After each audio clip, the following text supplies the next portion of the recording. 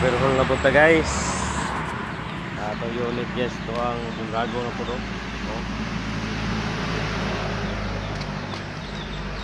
Yanmar na guys, Yanmar 80. Yung mga pisa guys. Tara.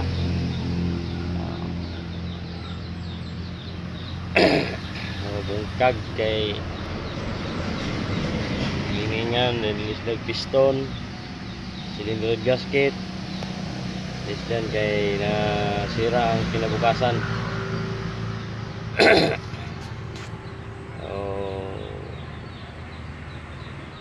Pagkuhan guys, bungkag kay ligyan pangugasan okay guys, so balik kami guys pagka ano ni kay mo pang hugasan. Okay.